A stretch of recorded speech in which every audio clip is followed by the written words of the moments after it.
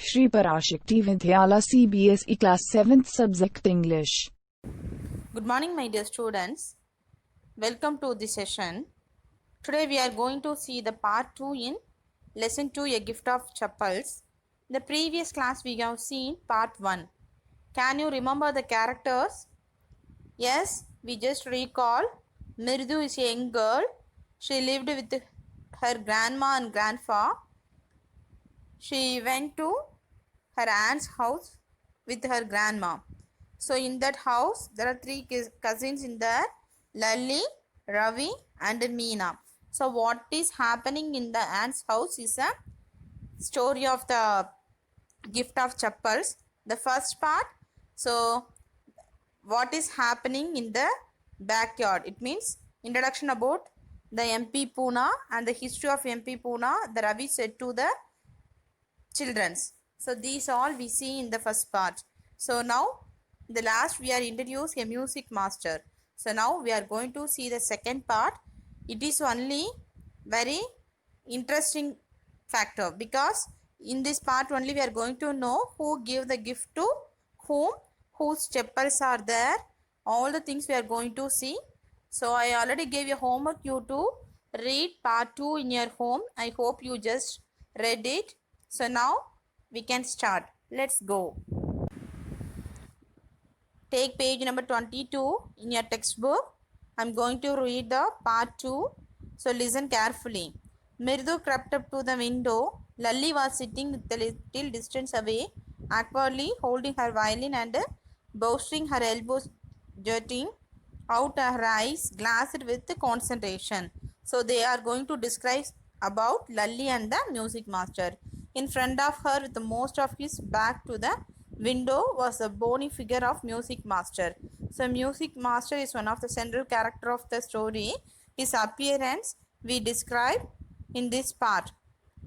He had a mostly bald head, a fringe of oiled black hair falling around his ears, and an old-fashioned tuft.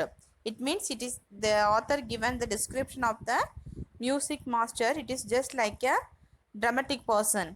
A gold chain gleamed around his leathery neck, and a diamond ring glittered on his hand as he glittered up the down stem of his violin. So how he was dressed and what are the things he wore, we can see in this paragraph.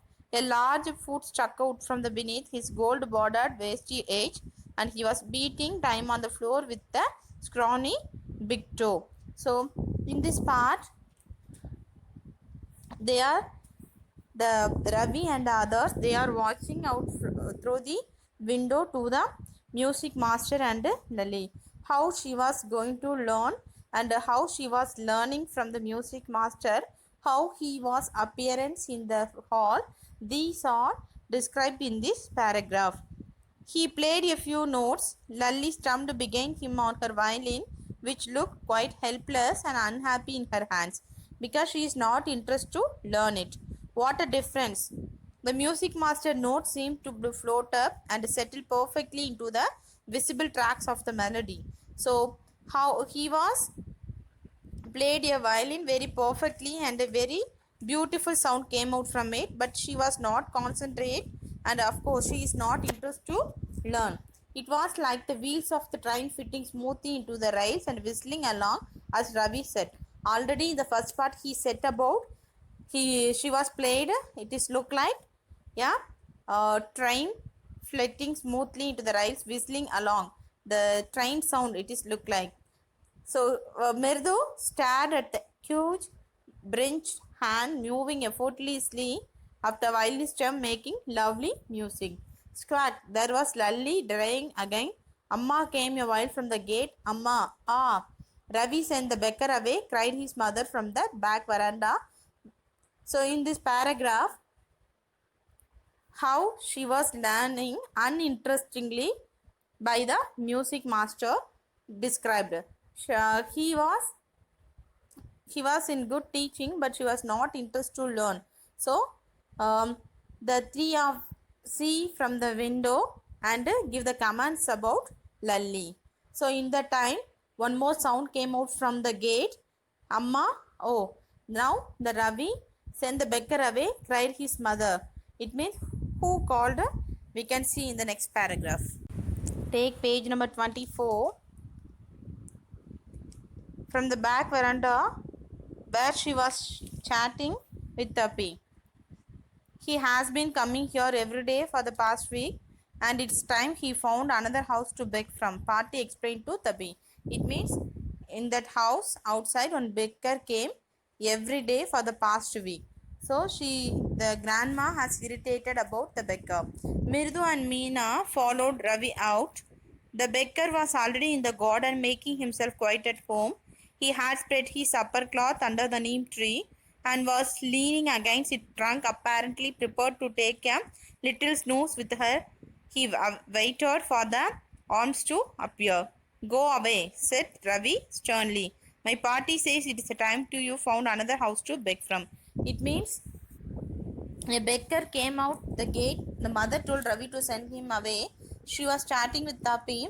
The beggar's voice irritated her, so she complained that he was coming there every day to beg the home. So the mother and the grandma make Ravi to send out the beggar. Now the beggar opened his eyes very wide and gazed at each of the children one by one. The ladies of the house, he said at last in a voice choked with feeling, are very kind souls. So now the beggar saw the children one by one. I have kept my body and soul together on there generously for the whole week. I cannot believe that they would turn me away. He raised his voice. It means he said he not come for to beg. Amma, sad his wail might be, but it certainly was not feeble. It began in a deep, strong rumble somewhere in his withered belly and came booming out of his mouth with its few remaining teeth stained brown with the betel chewing. It means the beggar was already in the garden. He had spread a piece of cloth under the dream tree. He leaned against the tree trunk, waiting for the arms. Ravi told her to sternly to go away, but he was not coming for beg. He was only wanted a sat under the neem tree. The beggar sat up and sighed. He told he would not go away after taking some rest. The tar had melted on the hot road, so he felt very hot. So he wanted to take some rest only in that garden. Ravi tell him there is nothing left in the kitchen. Called Rukumani and he is not come again. Tell him that he sounded fed up. It means usually the people said when the beggar came, there is no food in the house. The same like the mother said there is no food in that house. Ravi did not have to repeat it all to the beggar. What his mother said had been easy for them to hear there under the neem tree. It means no need for Ravi want to tell to the beggar. Already the sound here to the beggar. The beggar sat up and said, I'll go. He said wearily. It means he felt very tired. He said silently, I'll go. Only let me have a rest here under his tree. The sun is so hot. The tar has melted on the road. My feet already blistered. Now only the children is going to know about the beggar's real stage, because the sun is so hot. He not wanted the food from the house. Only he want take some rest under the neem tree. After the time he will go out from the garden, he said to the children. Take page number 25. My feet are already blistered. It means this look like a bubbles on the feet. It was too much irritator to the beggar. He stretched out his feet to show large pink peeling blister on the soles of his bare feet. He showed the wound to the children. I suppose he does not have money to buy chappals, Mirdu whispered to Meena and Ravi, because basically he is a beggar man, so he doesn't have money to buy the slippers. That's why his skin look like. Have you got an old pair in the house somewhere? I don't know, Ravi said Ravi. It means she asked if you have old pair of slippers we can give to the beggar. Mine are too small to fit his feet, or I'd have given them to him. And his feet were larger than Mirdu's and Meena's. It means the children discussed about whose slippers, whose chappals are fit to the beggar. So they are children, so supposed to be it is not fit to him. The beggar was shaking out his upper cloth and tightening his dhoti. He raised his eyes and looked fearfully at the road and gleaming in the afternoon heat. He was very much frightened about the heat of the afternoon time. So he was moving. He tried to moving from the place. He needs something on his feet, Meena said, her big voice filling. It is not fair. So it means his eyes filled with tears. So he must want chappals. Is said Ravi. I'm thinking about it. Blubbering. It is not fair. It is not fair. It's not going to help. In the 2 minutes, he will be frying his feet on the road. What he needs is a pair of chappals. So where do we get them? Come, let's search in the house. He pushed Mirdu and Meena into the house. So all the children, they are very worried about the beggar because already his feet was very blittered with wounded. So they are get affectionate with the beggar. So they want to give the chappal to him. So they are going to search in the house. Just as she stepped into the veranda, Mirdu's eyes fell on the old looking chappals she had already noticed when she was arrived. Yes, in the first part, when she arrived to the Rukmani's house, she saw a old pair of chappals in the outside the home. Now she remembered that Ravi. She whispered to him, "Whose are those?" So now they are going to discuss about whose chappals are those. Ravi turned and glanced at the shabby looking but sturdy old slippers. But it is definitely it is look like a old pair of chappals. It is very suitable to the beckerman also. He beamed and nodded. There are just the right size, he said, picking them up. Mirdu and Meena followed him nervously back to the garden. So the children decide to take out the chappals to the beggar. Now they picked up and went to the garden. Take page number 26. Here, said Ravi to the beggar, dropping the slippers in front of the old man. Wear these and don't come back.